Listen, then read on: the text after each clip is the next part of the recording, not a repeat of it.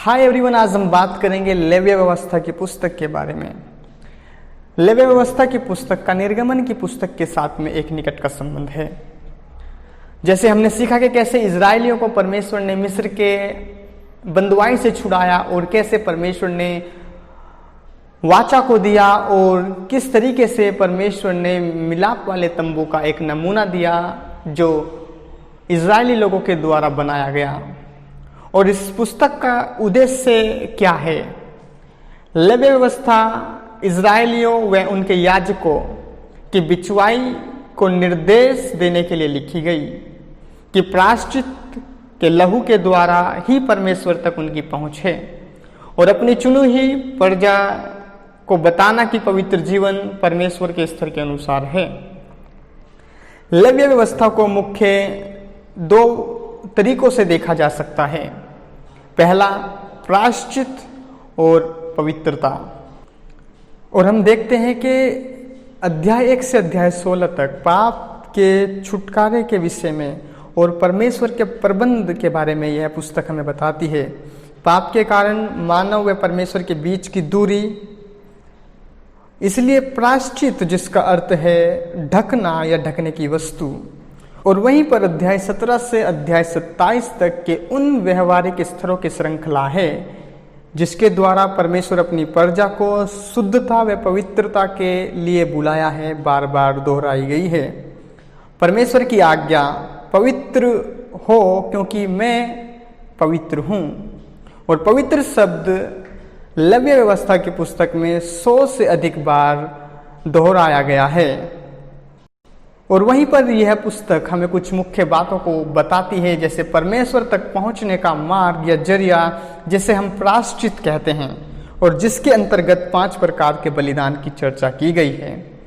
और पहली 3 बलिदान हमें परमेश्वर के साथ में संगति को बनाए रखना, उसको अच्छी तरीके से देख रेख करने के बारे में सिखाती है। जैसे होम बलि, अन्न बलि और मेल बलि, ये 3 ऐसे बलिदान हैं जिनके द्वारा एक मनुष्य अपना संबंध, अपनी संगति परमेश्वर के साथ में अच्छे तरीके से जी सकता है और उसको एक तरीके से परमेश्वर के साथ में बनाए रख सकता है।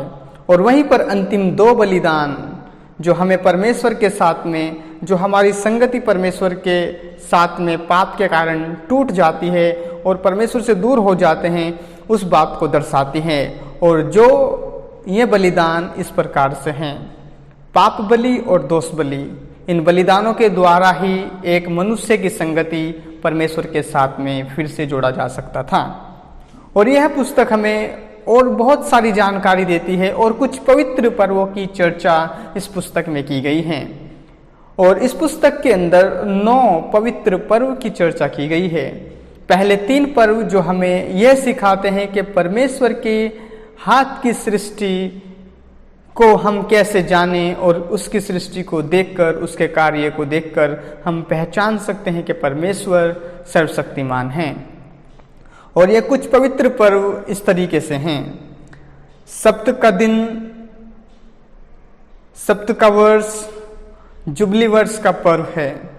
ये 3 ऐसे पर्व हैं जिनके द्वारा हम परमेश्वर की सृष्टि के कार्य को देख सकते हैं।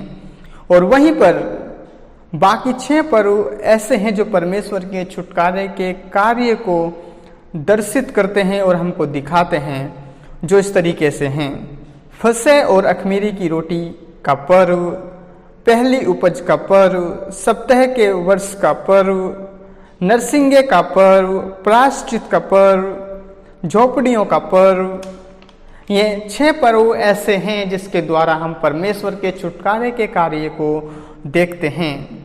और वहीं पर इस पुस्तक को धार्मिक अनुष्ठा और आराधना, पवित्रता को भी दिखाई दिया जाता है।